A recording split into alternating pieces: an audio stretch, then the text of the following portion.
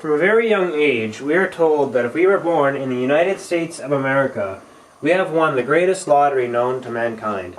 Now don't get me wrong, the premise of the American dream sounds great on paper, right?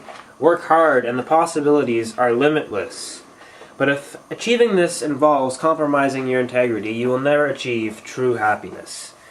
In the case of the Great Gatsby, this is evident by Gatsby's massive, pointless parties, in which large groups of rich people are drawn like moths. And all of this was a desperate attempt to impress these people with lavish displays of his wealth. But this wealth being achieved using the wrong, unethical methods was simply a facade, and therefore Gatsby ultimately failed in conforming amid the elite. I mean, his place was like a museum, with gates from Normandy, a Rolls Royce. I mean, who does he think he is? The Queen of England? And lots of classical books, and thousands of lights. I mean, it's not Christmas. Sound like he's trying too hard? I think so. And even the man with the owl-eye glasses knew that all his books were fake. What happens when you show off? Well, people started to get jealous and started to spread rumors about him.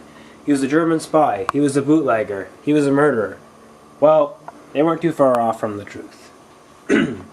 Trying to impress others? Mission accomplished.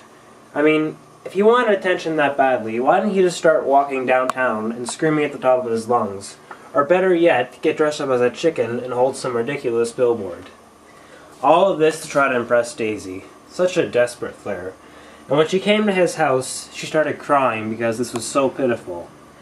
I think he took the figure of speech, throwing fancy luxuries at people, a bit too literally when he started throwing all those fancy shirts at her. Way to go, old sport.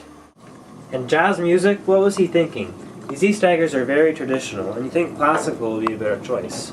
I mean, it's no wonder they thought he was a fake. I know. It makes me feel very Vladimir tossed off. At 2 a.m. the rap finally started to break down, and people started to sober up, and they realized they'd have to return to their lives of boredom, isolation, and stress. I mean, the place changed from a museum to like a morgue. This just goes to show you that the glitz and glamour at the party is a facade, just like Gatsby's wealth. And just as good old Shakespeare once said, all that glitters is not gold. And these people didn't care about Gatsby. They just came to the party to get that social interaction they strongly desired. And after the party was over, Gatsby was left standing lonely on the balcony. And even during the party, he was like a fish out of water.